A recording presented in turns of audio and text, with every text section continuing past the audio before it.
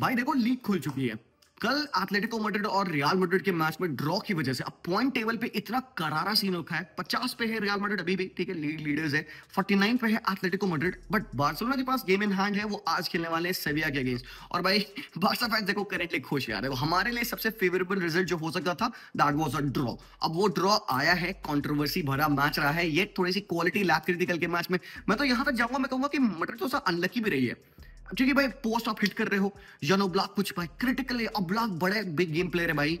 तुम देखो सेव्स किया उसने, किलियन एम्बाप्पे का, रोड्रिगो का, वास्केस का शॉट, जूड बेलिंगम का हेडर। तो भाई there were so many missed opportunities. And एक बार अगर आप एक्सजी कंपेयर करिएगा दोनों टीमों का, हालांकि देखो डोमिनेशन की तुम बात करोगे तो second half it was all about real Madrid, but Atletico Madrid के कुछ चांसेस थे फर्स्ट हाफ में, इसीलिए एक्सजी आपको बराबर दिख रहा होगा। बट अगर आप एवरेज पोजीशन देखोगे यहाँ पे तो एक चीज तुम्हें सर्टेन हो जाएगी, Atletico Madrid comes into this game for 1 point, for that 1 point. और यही बात है डिएगो सिमियोने की, जो कि उसको शायद एक डिफरेंट ग्रेवी ऑफ एक मैनेजर बना देती है, कि उसको पता है कि बड़ी टीम को फ्रस्ट्रेट कैसे करना है। अब तुम एक चीज नोटिस करो, कार्लो एंचेलोटी के साथ इस साल क्या हो रहा है। एनी बिग गेम तुम उठा लो और ये नरेशन है मैड्रिड फैन बेस में चल रहा है कि भाई बड़ी विंस कहां है। मिलान, बार्सिलोना के against 2 matches, Liverpool, Atletico Madrid के पहले तो वो लास्ट वाली डाबी, फिर यहाँ पे होम वाली डाबी, ये जो बड़े मैचेस हैं इनमें रिजल्ट्स कैसे नहीं आ रहा है। एंड यस ठीक है भाई, लीड है, 4 पॉइंट्स की लीड थी, लेकिन अब हो चुकी है कट। बार्सा फैंस कर रहे हैं ताथैया, क्योंकि भाई ऑब्वियसली उनके वो भाई फेयर शॉट दिख रहा है, क्योंकि लीग खुल चुकी है भाई। सेविया को हरा दो तो भाई 50 49 48, मतलब भाई लीग इन द ग्रास्प है। बट कल के मैच में भाई क्या हुआ एग्जैक्टली सबसे पहला जो आई थिंक एक मोमेंट आया जहां पे कंट्रोवर्सी आई, और वैसे इससे पहले अगर देखा जाए तो भाई आपको पता है प्री गेम बैंटर्स ऑलरेडी चल चुके थे। सबयोस ने बातें बोली, सिमियोने ने बड़ी बड़ी बातें बोली, हिस्ट्री क्वेश्चन कर दिया भाई वहां पे रियल मैड्रिड की 100 साल की हिस्ट्री तुमको पता ही क्या है उनकी। फिर भाई आपने सुना बाकी प्लेयर्स को काफी भाई तो मैं करते हुए। एंड देन इसके बाद आपने वो देखा होगा, न्यूज आई थी कि जहां पर रियल मैड्रिड टीवी ने 3-4 घंटों का एक पूरा एपिसोड लाइनअप किया, जहां पे उन्होंने रेफरी के डिसीजंस को क्वेश्चन किया। तो मतलब एक पूरा स्पेनिश मीडिया में एक चीज चल रही थी कि real Madrid versus the referees. कहीं ना कहीं अब आपको पता है भाई, ला लीगा है, चाहे बार्सा ले लो, चाहे आप एटलेटिको ले लो, चाहे रियल मैड्रिड ले लो, decisions have not been good, refereeing has not been good. तो एक पूरा नरेशन बना था रियल मैड्रिड वर्सेस रेफरीज का। और आज के मैच में ये हुआ पहली बार इस पूरे ला लीगा के सीजन में, आई थिंक ये पूरा 1 साल बाद हो रहा है कि ला लीगा में रियल मैड्रिड के अगेंस्ट पेनल्टी दी गई। तो एटलेटिको मैड्रिड को वो पेनल्टी मिलती है। और उस फर्स्ट हाफ की जो स्टार्ट थी रियल मैड्रिड की, मुझे नहीं लगता कि बहुत सही थी। स्पीड नहीं थी प्ले में, थोड़ा सा खेजी गेम प्ले हो रहा था, और एटलेटिको मैड्रिड को स्पेसेस मिडफील्ड में काफी मिल रहे थे। तो जो सीन हुआ उस पेनल्टी का, भाई देख ऑनेस्टली मेरे एक हम्बल न्यूट्रल ओपिनियन में मुझे नहीं लगता कि यार वो फेयर शेयर में एक पेनल्टी है, but I have scene such penalties given. अब यही मेरे को बात आती है ना रेफरीज को एक प्रेसिडेंट सेट करने की, कि भाई देखिए जो गलत चीजें होते आ रही है डजंट मीन कि आप उनको बार बार करोगे तो वो सही हो जाएंगी। तो अगर एक पेनल्टी है जो कि आपको लगता है कि भाई बॉर्डर लाइन एक 50-50 ऐसा है जो कि आप शायद नहीं दे सकते हो, बिकॉज दैट इज बेटर यार। क्योंकि अब देखो जो पेनल्टी दी गई उसमें जो कॉन्टैक्ट था, हालांकि एक स्टॉर्म था, हालांकि एक सीवियर कॉन्टैक्ट था, बट क्या वो जो प्लेयर है सैमुअल लीनो, एक गोल स्कोरिंग अपॉर्चुनिटी पे था? क्या उसको इतनी clear cut goal scoring opportunity मिली थी कि अगर सामने तुम चुआमनी को हटा दो क्या वो बंदा गोल मारता? ब्रो बॉल पास हो चुकी है उसके पैरों से ना। यहाँ पे आर्गुमेंट मुझे पता है लोग क्या करेंगे कि भाई देखो क्लियर स्टॉम्प है। तो यार यही बात आती है ना, फुटबॉल को इतना अपने ऑब्जेक्टिव बना दिया है इन रूल्स की वजह से। ऑफसाइड ऑब्जेक्टिव है which is a good thing थी भाई। आपका टोनेल है, आपका एक बाल बाहर है तो भाई आप ऑफसाइड हो, विच इज अगेन एक मुझे पसंद नहीं वो रूल। दूसरी चीज आपकी ये पेनल्टी वाली, और मैं ये बात हमेशा कहता हूं फुटबॉल के रूल्स जो बताते हैं कि not every contact should be given as a penalty. Trip अगर होती है तो वो टेक्निकल ट्रिप होती है, उनमें आपको पेनल्टी दी जाती है। बट ये वाली जो चांस थी भाई लोग, क्या होता है बॉल आती है क्रॉस पे, चुआमनी टर्न अराउंड है, उसको पता नहीं उसके पीछे क्या हो रहा है, तो वो टर्न करके जब बॉल पे जाना चाहता है, हालांकि चुआमनी ने भी बॉल मिस की, और यही बात तो सरप्राइजिंग है भाई, दोनों ही लॉन्डो ने बॉल मिस करी है, और फॉलो थ्रू में चुआमनी का पैर लगा है सैमुअल लीनो के पैरों पे, अब स्टॉम्प पे। अब रेफरी क्या करेगा? Anywhere on the pitch that would be given as a foul. But यार पेनल्टी बॉक्स में चीजें बदल जाती हैं, बदलनी चाहिए। तो यहां पे मेरे ओपिनियन में, and you can disagree with it all you want, no problem with it, मेरे ओपिनियन में जब एक मोमेंट ऐसा आता है रेफरीज के पास कि आप एक इतना अच्छा प्रेसिडेंट सेट कर सकते हो टू टेल द व्यूअर्स, जो दुनिया में लोग फुटबॉल देख रहे हैं, कि not every contact should be given as a penalty. And again मैं ये बात कहूंगा, हार्श पेनल्टी थी बॉयज।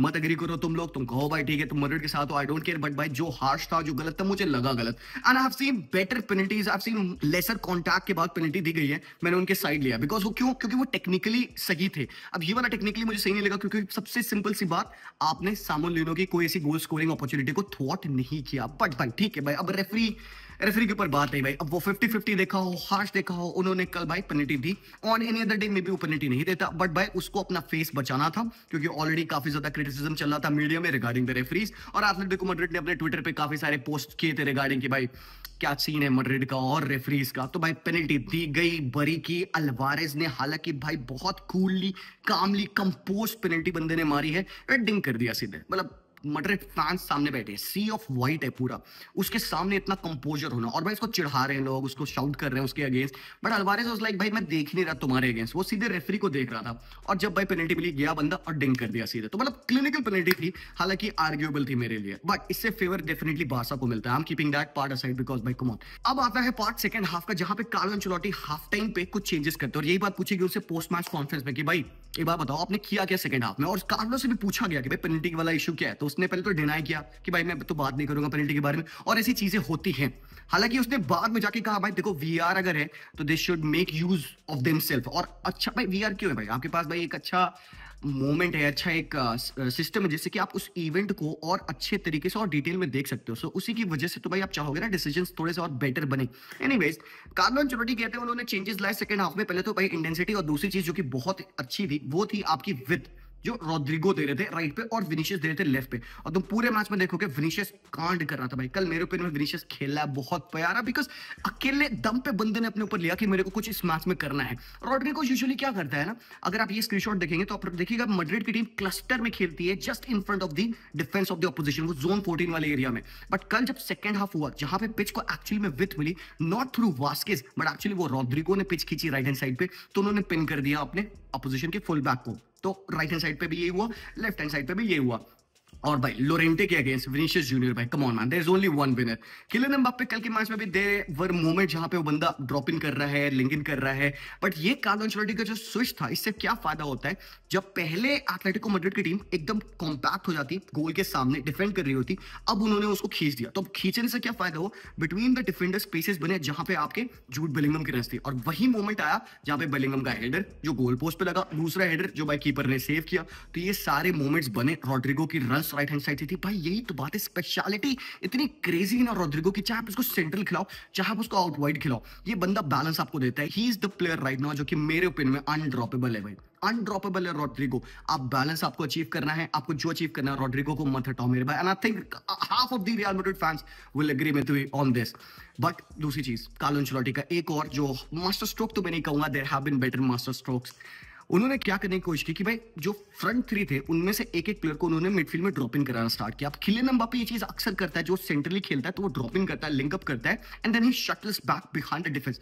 एटलेटिको मैड्रिड काफी डीप खेल रही थी, नहीं मिल रहा था मौका, और सेकंड हाफ में पूरी पूरी रियल मैड्रिड थी।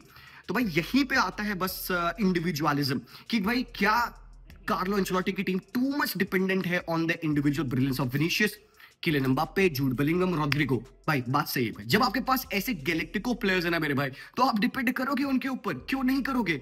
बट भाई कलेक्टिव टीम का कहां पे आता है, कलेक्टिव कहां पे आता है। अगर चलो भाई अटैकिंग फ्रंट पे आपको इंडिविजुअलिटी पे डिपेंड करना पड़े, that's fine, but collective team का निकलता है जब आप डिफेंड कर रहे होते हो। और यही है सबसे बड़ी रियल मैड्रिड की प्रॉब्लम, डिफेंसिव पोरस वो इस साल भी हैं, उस साल भी थे भाई, ट्रांजिशन सीजन पे भी थे, चैंपियंस लीग जीती भाई उन्होंने, ठीक है, उस पोरस डिफेंस के साथ।